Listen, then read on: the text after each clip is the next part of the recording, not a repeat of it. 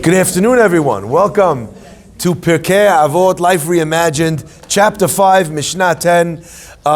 We are approaching the end of our long Pirke Abot journey. Baruch Hashem, when we get to the end, as I already stipulated, inshallah, we'll have a chance to do the Memchet Derachim. Thank you so much. The Memchet Derachim, the 48 ways that Torah Nidreshet Bahem, where a person can understand the process of the study of Torah. That's what we're going to do after we finish. But we have a few Mishnayot still between us and the finish line. We'd like to welcome our new recent inductees to the class. Thank you for joining us today. The Mishnah says, Arba midot ba'adam. There are four midot, four character traits that can be found within a person. And you'll see as we go through the next few Mishnayot, the Mishnah is very interested in creating labels. Okay? Now, it's important that we start by saying that today's Lunch and Learn class is dedicated in celebration of a special birthday. Happy birthday, anonymously. And also that it's dedicated for the Refuah Shlema of Chaye Sarah Bat Simha, sponsored anonymously. And also sponsored by Ilana H. Katz, dedicated for the occasion of the Sefer Torah being donated in honor of Ilana's kids. Hazaku Baruch. Very special. Very special. Okay? Now, what's amazing to me is that the Mishnah that we are discussing seems to try, it's almost like one after the next, the Mishnah is seeking, it's attempting to codify, to quantify, to place people in boxes. And the first question really we'll need to deal with is, why is this an exercise which is important? And let's take a look at what the Mishnah does, and we'll see it actually iterated throughout the next few Mishnayot. Ha'omer sheli shelach, v'shelach sheli. This has nothing to do with Sheli Fuzailov. This is something completely different. Ha'omer sheli shelach, mine. You didn't see that one coming, did you? Somebody says, what's mine, shelach is yours. V'shelach sheli, what's yours is mine. I mean, that sounds like socialism. Mine is yours, yours is mine. Communism, right? Am ha'aretz. Says the Mishnah, this person is a Am ha'aretz. Literally translated, Am ha'aretz means a nation of the land. Okay? The Mefarshim actually say, as if someone was to study the commentaries on the Mishnah, you'd see that the commentators actually say that Am ha'aretz traditionally means someone who's not well learned. Okay? Today it has become a common phrase of disdain that people use. This guy, Am ha'aretz, doesn't know anything. But actually, Am ha'aretz just means a person who doesn't know anything. You say it the first way, it sounds like, that guy doesn't know anything. Right? Say it the second way, it means he doesn't know anything. So as an example, if I say you don't know anything about tax law, is that a derogatory statement? No. Well, they're looking at you. Is that your thing? Yes. Okay. I saw the looks. Okay. I'm 100% compliant. Just want to say that someone's in the room. All right, fine. Right? So if someone says that you don't know tax law, what's that? Is that a derogatory statement? I don't know it. If someone says you don't know medicine, I don't know medicine. What do you want from my life? Okay, so you're not Jewish. No, if you don't know medicine, right? You don't know medicine. I don't know law. I don't know medicine. I'm not an accountant. Is that a bad thing? No, you just didn't learn it. Am ha'aretz means a person who didn't study Torah. So it might be that person is a relatively nice guy, relatively sweet person, relatively kind person, relatively smart person. They just don't know, they haven't studied, they haven't learned the Torah. So they might not know what the Torah's opinion is about a specific matter. In fact, no greater line proves this point that Am ha'aretz is not a derogatory term, but rather a a parv vanilla term, and that's not me being apologist, but rather you find it in the Mishnah. The Mishnah says explicitly, "En am haaretz chasid." An am haaretz cannot be a pious person because he doesn't know what piety is. How should he know how he's supposed to act if he's never learned how to act? So you see clearly, it doesn't say am haaretz is a rasha. It doesn't say am haaretz is a bad thing. It just says he doesn't know. Says the Mishnah, someone who says, Sheli shelach, mine is yours, shelach sheli, yours is mine, am haaretz. He's a person who doesn't know. Now I have to say, this is a pretty nice am haaretz, right? Yours is mine, mine is yours. I mean, I think the technical term is sharing is caring, right? That's what it sounds like. So we'll have to see and come back why this behavior or this statement would classify someone as a person who does not have Torah knowledge. We'll come back to that. The Mishnah continues, Sheli, Sheli, what is mine is mine. V'shelach, Shelach, and what is yours is yours. Zu midah benonit. That is a middle of the road midah. Middle of the road.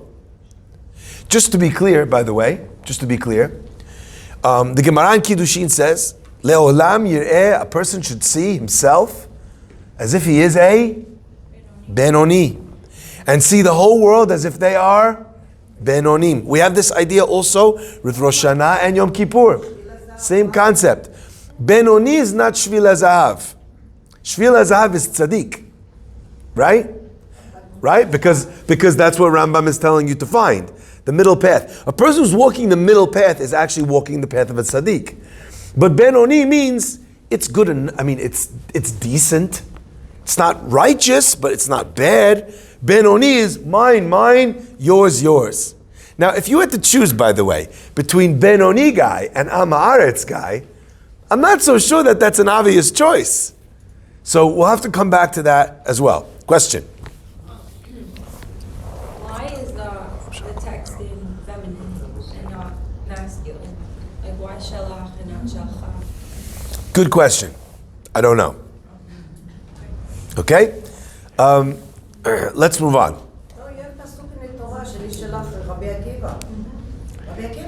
That can't be a pasuk in the Torah then. No, but from ואהבת לרעך כמוך. Okay.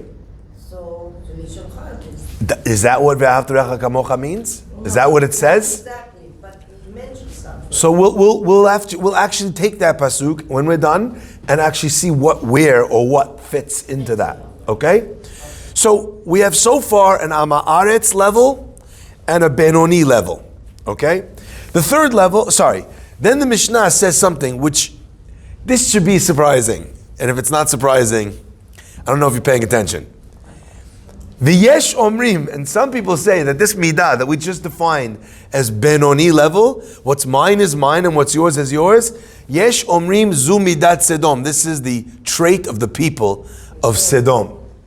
This is a person who deserves destruction. What's mine is mine and what's yours is yours. That seems pretty innocent to me. And yet, there's an opinion that says, Zu midat Sedom. Okay, hold that in your mind so far. Level number 3. So we've got level 1, 2A and 2B. Now we're at level number 3. Sheli shelach, what's mine is yours. V'shelach shelach, and what's yours is yours. Chasid. That is a pious person. Okay? Finally, the last level, level 4, Shelach Sheli, what's yours is mine, V'Sheli Sheli, and what's mine is mine. Yani, it's all mine. Okay? What is that guy? Rasha. He's a wicked person. Okay? So there's a bunch of questions we have to ask. I think the primary question is, why is it so important for the Mishnah to make these characterizations? What is the point? Why is that relevant to tell me that this guy is this person and this guy is that person? Why is it important? You could tell me if it's the right thing or it's the wrong thing, but why the characterization? Question number 1. Question number 2. If the last level is Rasha, okay, so what would you imagine? What is the opposite moniker to Rasha? if you had to choose a pair, what's the opposite of a rasha? Tzaddik. It doesn't say here that this guy, the good guy is a tzaddik and the bad guy is a rasha. It says that the bad guy is a rasha and the good guy is a chassid. So the Mishnah is not haphazardly labeling these people. So where's the tzaddik here?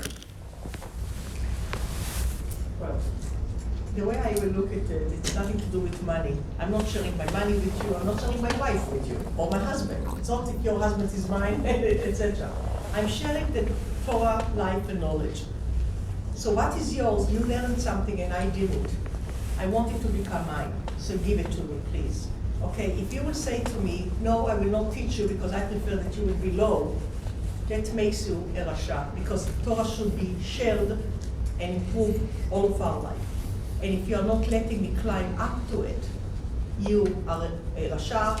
But if you do, if you share your knowledge with me, you're a chassid, because I can now learn more. Maybe I'll share mine with you because I learned more. That's something we can share and we can improve. But I don't think it has anything else beside it. It's not my house and it's not my money, that's my husband and all my children that we are going to do what's yours, mine, etc. That's not what this thing should be all about. Okay, I don't know how you would prove that. I think you could easily say that we're going to include other things besides for the most literal interpretation, but to leapfrog the literal interpretation, you'd have to prove it. So how can we prove that that's not what we're talking about? Right now, I'm assuming this is referring to everything. Sorry? You can't share a wife, you can't share lots of things. No, you can't. nobody asked you to share your wife. Well, what is your chashalit? My wife, if my husband is mine, yes? Who asked you to share your husband? And also, and also, can I just dispute for 1 second that your husband or that your wife is yours? It's not. They're not yours. They don't belong to you. It's not up to you to share. Let's say I'm really sharing. I still can't share my wife or my husband. That's not a piece, an object that I can give to another. So you're right. There's also, by the way, I also can't share my eyes or my heart because I only have one of them, right? But the point is, we can't prove that something isn't relevant from something which isn't possible.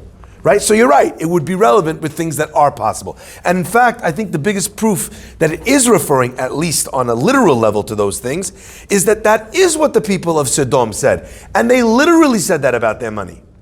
So at the very least, we'd have to have, I'm open to the interpretation, but I would need the concept to be proven to me that this is not also referring to money. So I don't have a proof for that, okay? Let's come back now. So we've got a few questions on the table. One question on the table is, the opposite of rasha is a tzaddik, and we don't have tzaddik here, we only have chassid. The second thing is, actually some of these characterizations of the Mishnah, they don't seem all that bad to me. Sheli, shelach, shelach, sheli. What's mine is yours, yours is mine, everyone's sharing. Am haaretz sounds a bit harsh, right? Second thing, b'midah benonit, sheli, sheli, shelach, shelach. I mean, that sounds to me pretty fair. You know, mine, yours, great, amazing. And then, by the way, this chassid guy, I wouldn't call him chassid. I'd call him a doormat. Shelish, what's mine is yours, and what's yours is yours. That's a person, by the way, who gets exhausted. That's a person who can't live his life because he doesn't hold on to anything for himself. I don't know that that's the case. In fact, I can prove my point. I don't give you things that I can't prove because then they're just figments of my own imagination and emotions. We have a specific pasuk that teaches us this.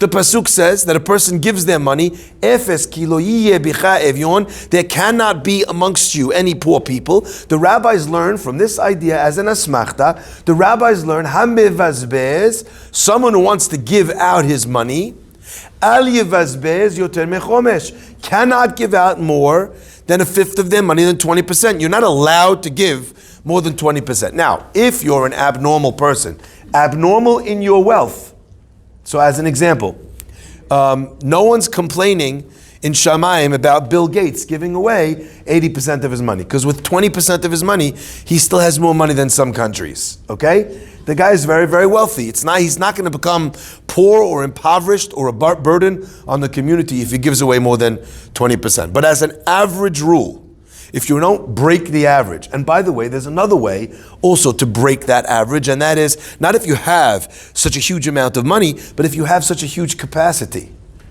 a huge internal, emotional capacity, a resilience capacity. I'm able to survive with less than 20% of my money. You know why? Because all I eat is bread and water. That's just how I am. I'm not that way for you or for my situation. That's just how I am. I'll give you an example. My rabbi, Rabbi Berkowitz, I used to eat, I had the privilege of eating lunch with him when we were a very small kollel. So the original guys, we got real time with him. I went to sit down with him for lunch, and we were sitting talking about life, about halacha, about this, about that. I got another meeting with him, and then another meeting with him, and then another meeting with him. You know what I realized? What does he eat for lunch every day? He eats a piece of whole wheat bread, a sandwich of whole wheat bread, sliced diagonally, specifically, okay, with peanut butter. And then he had a little Tupperware with Israeli salad, cucumbers and tomatoes cut. Okay, then he had one banana, and he had one flask of hot water, and he also had a toothbrush in his lunchbox. Okay, he would brush his teeth afterwards so that his breath after lunch wouldn't be offensive to anyone. He's a very special person. After seeing this again and again, I realized he ate the same thing every single day. If I have pizza on Monday, I can't eat pizza on Tuesday. I'll enjoy my food. So I said, Rebbe, what's going on over here? Why the same food? He says, what do you mean? Like, he didn't understand the question. He says, and this is a quote from him, Rav Berkowitz Shalita said to me, he said, I worked out what my body needs, and that's what I eat every day. Why would I eat something else? He lives in another plane. Like, if he won the lottery, you think he's eating something else? He's still eating the same sandwich. It's not a money thing. Someone like that, actually, that's what he needs. That's what makes him happy. He doesn't want to eat pizza and have a stomach ache. If I have a stomach ache and I eat pizza, I eat it every week. Example A, Motzei Shabbat. Okay? That's what happens. For me, I have some other things that make me want, that animate my choices. Someone like him, he wants to be the very best specimen that he can be to serve Hashem. I'm not on his level. I don't know if I ever will be, okay? A person like that would be allowed to give more than 20% for charity. Because he might not need all the money that he makes. Not because he's wealthy, but because of the way he runs and lives and the way he lives his life. Rabbi Berkowitz actually always told us that halacha is not only about money. It's also about the time, the emotional capacity that you give to others. You have a finite amount of willpower, a finite amount of emotional tolerance. You're spending it on your friends, on other people in the community. You have less left for your wife and your children. You have to figure out how to not give more than 20% of yourself away so that you don't become impoverished yourself. Okay? So we look at this Mishnah, and the Mishnah says, let's begin. Sheli, shelach, v'shelach, sheli. Mine is yours, and yours is mine. Am haaretz. Why is that an Am Haaretz? An average person. It's quite interesting. An Am Haaretz is a regular person. Most people are actually looking to be able to lead uncomplicated, easy, comfortable lives. So you know what? You have some of mine. I don't want confrontation. I'll have some of yours. I don't like to see what you have and be bothered by the fact that you have more than me. So you know what? Let's just keep everyone the same. I think in some way we're seeing that in society today. No one's allowed to be a winner. No one's allowed, because we don't want any losers, right? Everyone is just vanilla. Sheli, shelach, shelach, sheli. We remain ameh haaretz. When mine is yours and yours is mine, we actually also remove from human psyche the opportunity, the desire to grow, to earn, to work hard. Because you know what? I'm working for you. You're working for me. I look at you. You're not working so hard. So we lose the ability to work for our own success. Am haaretz doesn't mean it's not a bad thing. But actually, we remain in that kind of underdeveloped level. We remain perpetually in that state. And in fact, that helps us understand why the Mishnah is trying to create these characterizations. It's trying to teach you, this is not how I'm judging you for this action. I'm telling you that the mindset of a person like this is going to, over time, produce someone like this. Says the Mishnah, and it continues. Sheli, sheli, mine is mine. Shelach, shelach. Yours is yours. Zu midah benonit. You know what benonit means? Average. Your average person, not a good guy, not a bad guy, just, you know what, says to himself or herself, if I want to hold on to what I have and not have to give it to you, I kind of also have to let you hold on to what you have and not take it. So a clever way of maintaining my space, my work, my money, my emotional state of well-being, my giving capacity, is just to kind of shut myself off from everything outside, to shut it down, and to remain within myself. Midah benonit is not a cruel person, but he's looking out for himself. On a certain level, this idea of looking out for oneself is benonit. You know why? Because that's the way you were born. Animals, creatures, everything that exists in society is built with this concept of self-preservation. Self-preservation doesn't include other destruction. It just says I need to protect myself. Sheli, sheli, just what's mine is mine. I don't need to take from you. I don't need to swipe, but just what's mine is mine. That's the midah of a benoni. But then the Mishnah comes along and says, I need you to recognize that if you shift into your most natural pattern, if you become an animal, the result of that is midat Sodom. Now there are two things that the people in Sodom were famous for. One was their abhorrent hatred of kindness, a little bit about which we spoke about last week. They hated chesed. They didn't allow, not only themselves, but they made it a law that you weren't allowed to give to another. They punished people who did acts of kindness. The story with Lot. Story with Lot. The story with Lot's daughter, okay? Now, this concept, their stingy nature with money, is seen sometimes as a side point. And again, forgive the indelicate language, but when someone commits an act of sexual perversion, it's called sodomy. That comes from the root of the word of Sodom.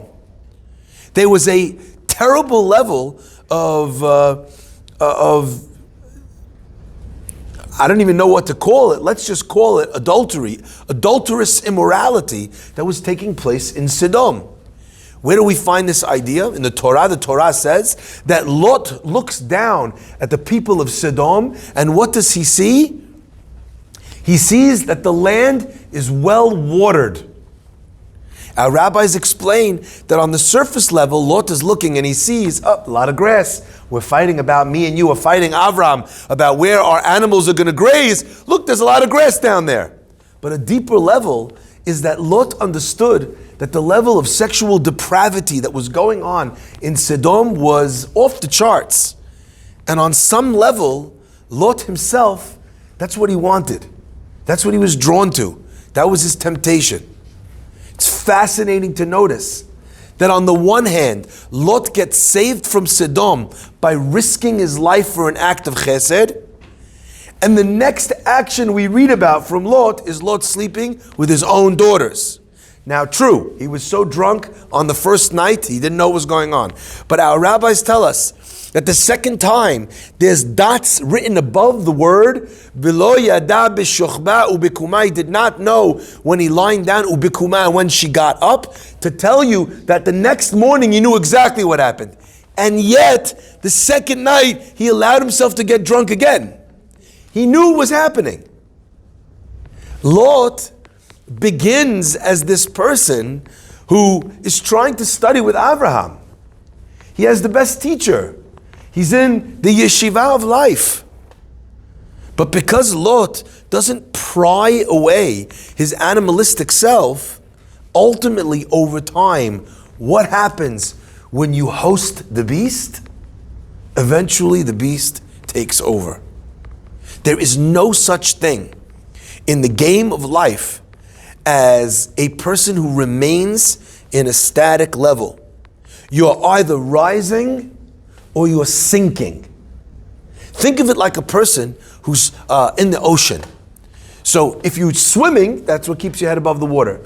The minute you stop swimming, you don't stay in one place above the water, you drown. Such is the nature of spirituality, the growth of the self, and it's true in so many areas. You have people who work their whole lives in order to retire. And then finally they get to the age, they've earned it, they retire. If they are not paying attention, ensuring that their mind is engaged, is working, is struggling, what happens to that person? In a very short amount of time, their mind turns to porridge.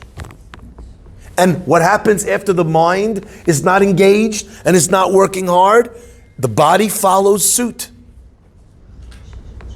In fact, if it was up to me, people should never retire.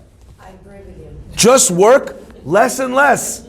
Work a little bit less and work a little bit less and work a little bit less. Come into work 1 day a week. I don't care. Work 1 hour a day. If your brain is not operating, you are drowning. We were not, as human beings, created to be static beings. You stop pedaling on the bike, you fall over. It is only forward motion that allows a person to even stay upright. Okay? Now, since that is the case, we can now look at this Mishnah and understand. The Mishnah is saying, if you start off by illustrating some sort of fair division of monies, fair division of time, fair division of effort, sheli, sheli, shelach, shelach. You're in a marriage and you say, what's mine is mine, separate accounts. What's mine is mine. My job's my job. You do your job. Even in the relationship itself, that person ultimately winds up slowly but surely descending into the pit of Midat Sedom. Can I prove this to you? Yeah. There's a fascinating example in the story of Sedom. The Gemara relates that when a person would come to Sedom and he would ask for money because he was hungry, had nothing to eat. They cut their lid. Everybody would give him a coin. And they would write their names on the coin. And the guy would go to the local, Sedom Arama shopping center, and he would try and buy a sandwich. And all the money had the names of the people of the town on it, and the man would not take his money. The guy would go from store to store trying to buy anything. No one's welcoming in the house, until he died of starvation on the streets of Sedom. And when he would die, all the people of Sedom would come, they'd rifle through his pockets, and each person would take back the coin that they had given. If this story doesn't give you questions and or nightmares, Houston, we have a problem. You don't want to give the guy, you want him to starve to death. Why are you giving him money in the first place? Just say no. Why'd they do that? Also, if they're such terrible people, right? Why didn't, as soon as he died, why didn't whoever found him first take all the money?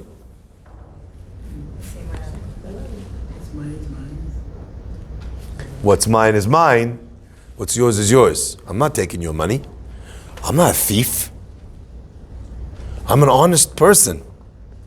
I only took my coin back. You understand? You have a people who were so demented, so depraved, that they could institute a system which in their mind was just, it was fair. Everyone taking back exactly what they put in. And just ignoring the fact that they took it out of the pocket of a dead guy. You understand? This is what the Mishnah is saying.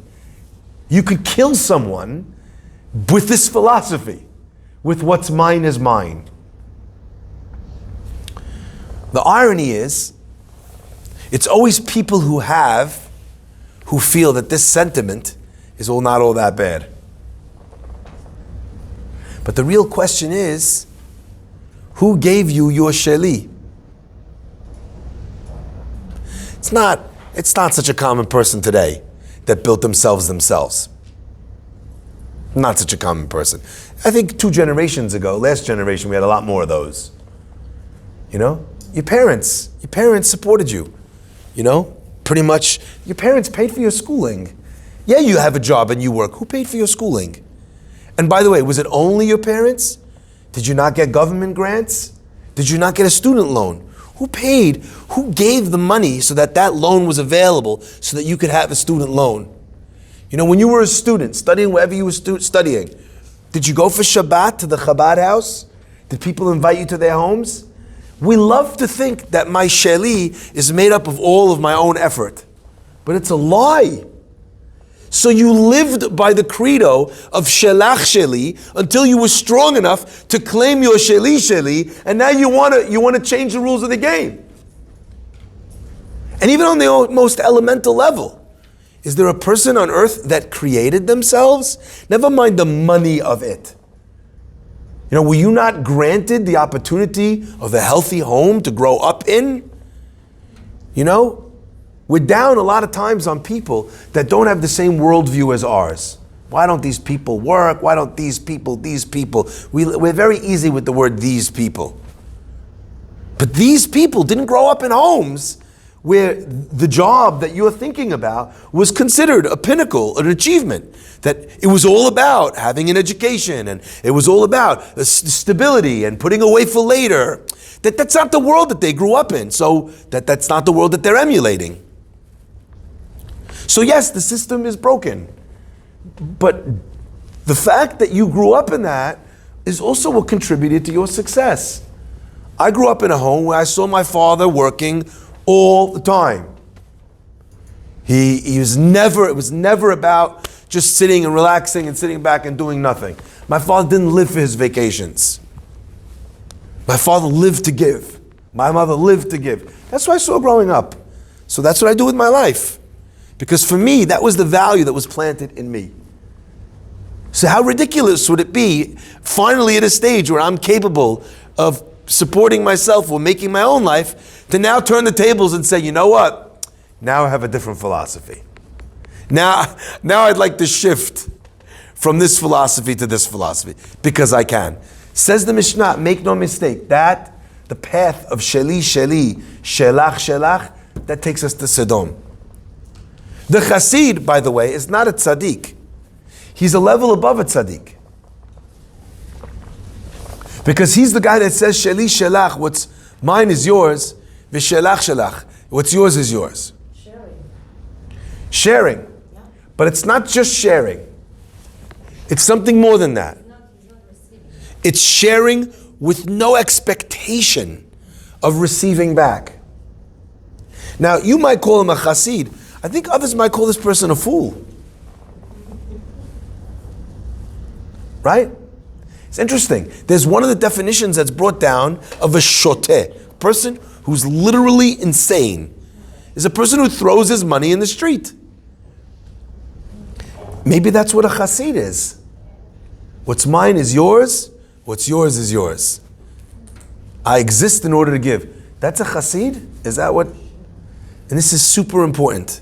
This is super important. And again, I want to, this narrative shifts pshat in the whole Mishnah. Why is it that a person's not allowed to give more than 20%? Why? Because it's like midat chesed and midat adin. If you give too much, the end like synergia, you know, you need to do the synergia. Like, But I want to give more. It's up to me, isn't it? It's my life. you can hurt yourself, you can hurt the other. You can like also like feel like set in some point that maybe you need something and you give too much, so you can regret it. So it's like in the world like it's supposed to be like again midat chesed and midat adin. It's supposed to be like synergia, and if you give too much, it's like midat adin. You're giving me very logical interpretations and I like them. They're not enough. They're not enough. I want everybody to understand here. It says you're not allowed. It doesn't say you shouldn't. What you're saying is beautiful. And therefore, a person shouldn't. It's not a good idea, don't do that. It doesn't say you're not allowed means you're doing something wrong. Not you're doing something not right. You see the difference? I want to point something out. There's a law in tzedakah. Yeah, go. Again, remember what I need here. I need you to tell me that this is not allowed, it's asur. So maybe Yeah. it's like philanthropic sustainability. Like if you're not allowed You to go, girl. Philanthropic sustainability. I'm a fundraiser, so that's like what I'm thinking of. I feel like when you said that, I was like, she for sure has a PowerPoint on this. Do you? I mean, Yay! I'm just saying, like, if you are thinking about, if you're living a life of chesed, let's say, and you are cultivating a culture of chesed, and you're not allowed to give away all of your money in one shot, like if you give away all your money in one shot, then you have nothing to give tomorrow, and you have nothing to invest in the future. That's a shouldn't. That's not a not allowed. If you're saying you're not allowed, you're guaranteeing that there will be people to give in the future. Okay, but why do they win over this ani? So in other words, But if it's like 20% at any time. this logic, hold on. This logic means that tomorrow I won't be able to give to a poor person, right? Okay, but I gave it to a poor person today. So who cares if poor person A, No, David, it's poor people. So you're giving 20%, and then you're going to give 20% to other people. no, so in other words, but you're worried about the fact that I won't have it tomorrow. Like, as a community, we have to make a standard so that there will be people to donate. That to me is a shouldn't. I want to asur. But if you make it a sur, then you're guaranteeing that there will be for the future. No, I'm asur to give more than 20%. It can't. That's what that's what it says. Hamivazbez al yivazbez. I remember once someone saying that if a person gives more than 20%, they're like, "Oh, I'm getting extra Gan Eden." No, you're not. You're getting extra Gehinam. I was like, I heard that from my rabbi. I was like, whoa.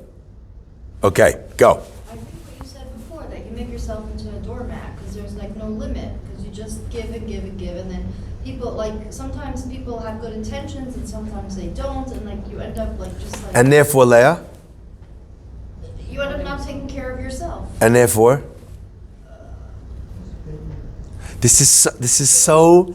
We're missing like such a central point here. Yeah, you want to say something?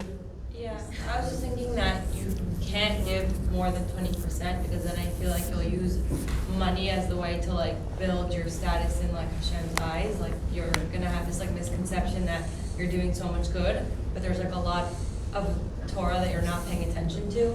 So like the Asur part is like you can't just give everything Hashem gives you that you're supposed to spend on your family. That's interesting. school. That's interesting. Maybe that's like a not allowed because you're gonna then rely. It's gonna hurt you. But I think that's still a shouldn't. Can I just make this point? But birthday girl is raising. I can't say no. He wants to say you will disable the other people How? because you're compensating. You're giving them too much. So I have an answer to that. What if I give 20% to a bunch of different people? So I gave exactly as I would have given before. So in other words, 20% for me is to give 10 people $10, okay? So you're saying that you're going to disable them. I'll just give more people less money. So I'm not hurting them. We're missing the central point here. Ready? There's a law in tzedakah called the hierarchies of tzedakah. What comes first? Ready for this? Let's say I want to give tzedakah to Rando Bob, but my own brother doesn't have money. Am I allowed to? Right? Charity begins at home. Let's say I'm not giving my own children money. I'm being kind at the expense of my own family. What is this line called? Anyone know what it's called in Hebrew? Aniyeh. Excellent. Aniyeh my talmidot chachamot. Okay? Aniyeh ircha kodmin. The poor of your city come first. You have a concentric circle level relationship with the people you're giving tzedakah to. The people who are closest to you have to get first. What's the halacha? If I have $50 in my bank and I want to give it to someone else, and my wife comes to Beit Din and says, we have less than the poor guy he's giving it to, what will Beit Din do with that $50 of tzedakah? They will take it against his will and they will give it to the people he's obligated to give it to. Because you have a greater responsibility to give it to your wife before. Because as you get closer, your people, random people, the poor people of another city or the people of your city, they come first. The people of your city or your family members, people of your family or your actual immediate family. Who is the immediate circle before you even get to your wife is taking care of yourself. You are not allowed to not take care of yourself. This is, again, it's so funny to me that that's like not the obvious thing here. What do you mean? I'm going to be impoverished. That's my choice. No, it's not. You're not allowed to hurt yourself. Before we talk about you not hurting someone else, we have to talk about you not hurting yourself. Now, it's interesting because we come full circle. You love your neighbor like yourself, but what if I don't love myself? That means that the Torah is telling us, before it even tells you about loving someone else, it lays down a baseline. The baseline is that you love yourself. This idea that I'm allowed to be self-critical, but not allowed to be critical of other people, it's poison. It's poison. And perhaps the reason why we struggle as a society so much with being negative about other people is because we've allowed ourselves to be negative about ourselves. So we don't feel all that bad chopping down everybody else, because actually we're loving them exactly as we love ourselves. -10. Is this clear? Let's look at the Mishnah now. Sheli, shelach, shelach, sheli, mine, yours, yours, mine. When we're talking about what I need to be healthy for me, I want to say a chidush here. That's not called sheli.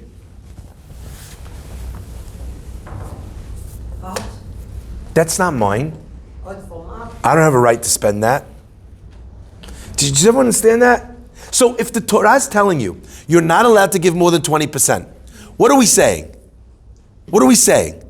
Beyond that point of generosity, it's not yours to give away. Because beyond that point of generosity, you're hurting yourself. You're not allowed to do that. Efes ki lo yeh becha evyon. You cannot make yourself impoverished. In the same way, you can't make someone else impoverished. You're not allowed to make someone an ani. You're not allowed to make yourself ani. Why should you yourself be worse than anybody else? Your primary responsibility is people closer to you, your family. But even more important than you taking care of your wife and children is you taking care of yourself. If you can't take care of yourself, you can't take care of them.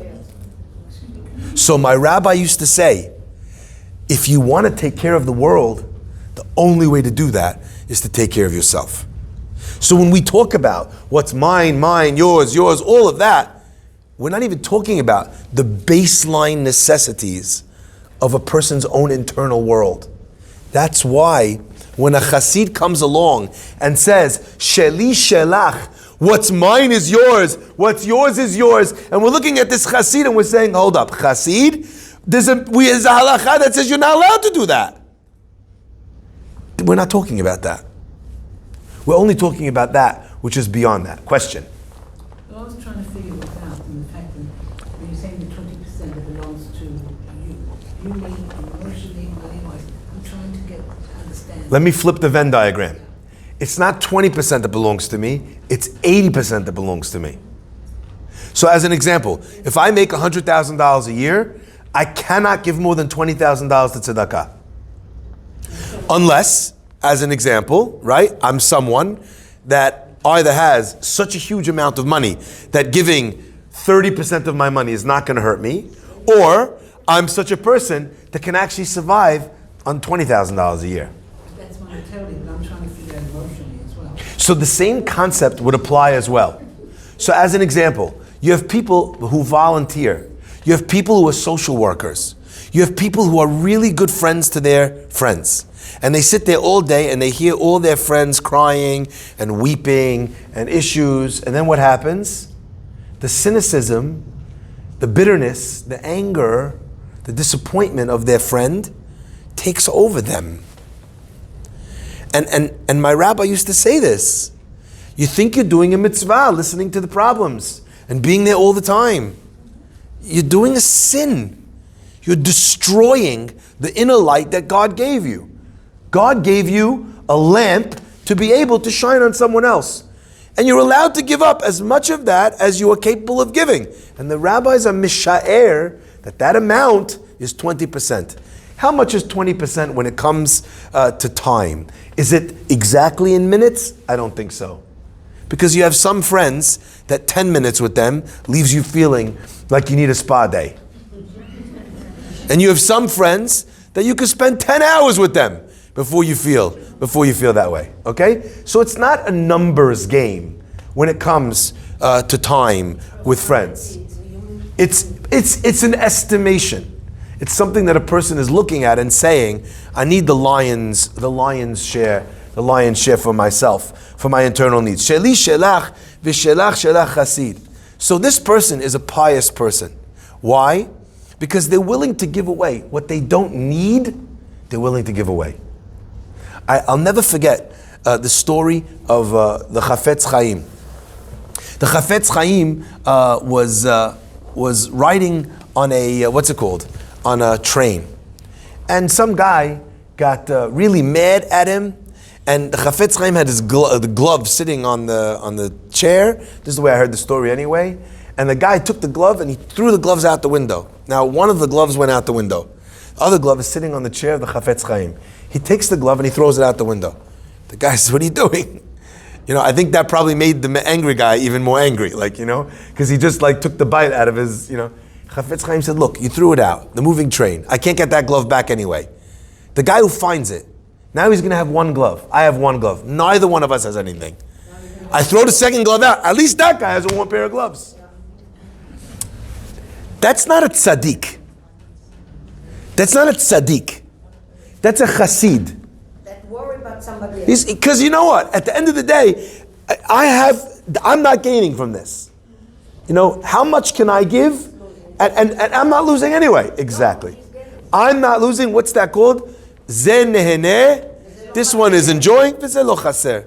And I'm not missing. They tell a story about Rabbi Meir Chadash, that someone came into his apartment and stole one of his candlesticks. And he chased the guy down the road.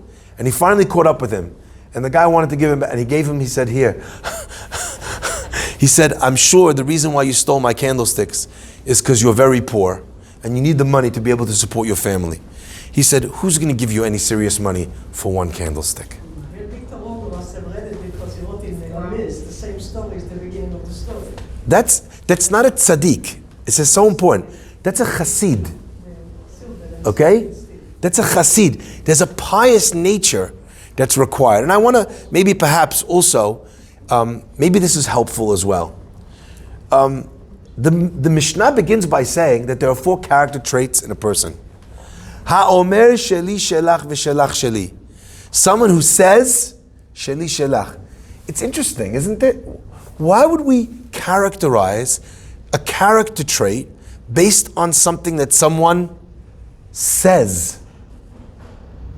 Did anyone catch that?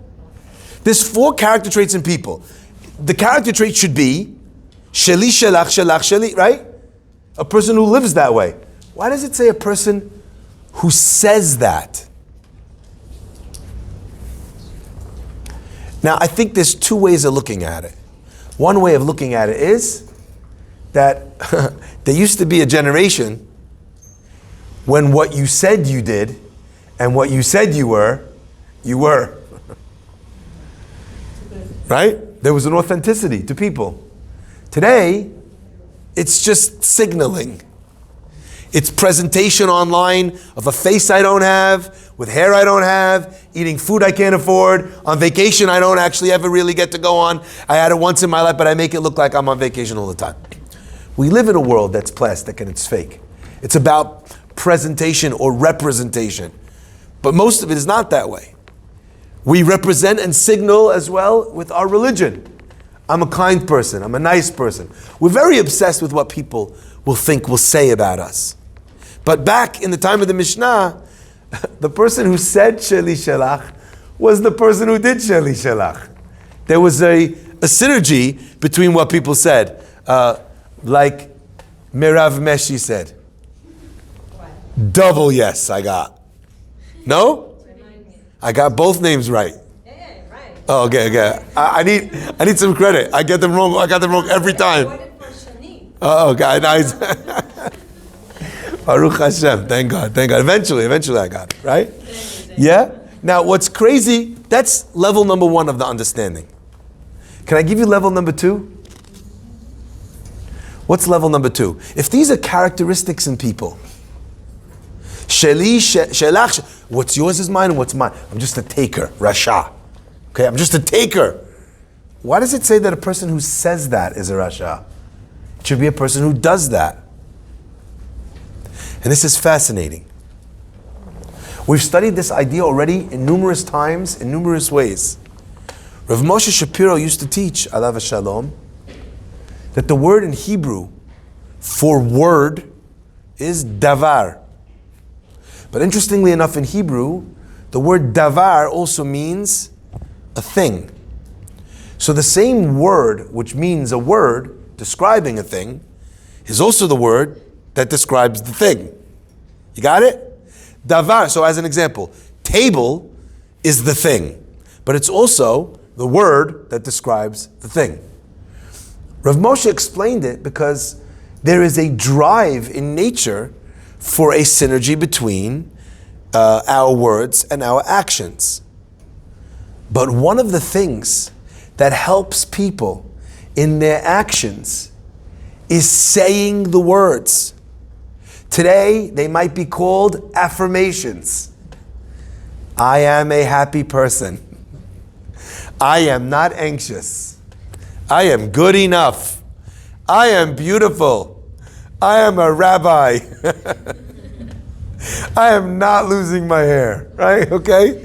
You say these things again and again. Some of it is in pop psychology, but some of it is actually incredibly real. The words that we say to ourselves and to others, we can literally speak things into existence. Like it says, Baruch she'amar v'haya ha'olam. The word olam in Hebrew means a world, a universe. But the word olam in Hebrew also signifies something which is hidden. Ne'elam means something which is hidden. Baruch she'amar v'haya ha'olam. Sometimes a person can say something, v'haya ha'olam, and that which was hidden before becomes. How often are we afraid, or are we embarrassed, or are we hesitant to speak something aloud that we are hiding? How hard is it to say that we are afraid, even though we are? How nervous are people to say the words, I love you, even though they love? I think I'm falling in love with you. People are scared to say these words when they're dating. So that which is hidden has not come out. But oftentimes, the person is waiting for those words and they don't realize that it is the saying of those words that allows for those sparks, those initial feelings which are covered by so many complex emotions and so many complex fears which are suppressing them and making them, that when you then elucidate it and you say those words out loud, suddenly that which is hidden, Baruch she'amar v'haya ha'olam. The words that we say, therefore, and how we begin to think of what the right way is for our lives, it allows us to speak a higher version of ourselves into existence. So let me give you this example.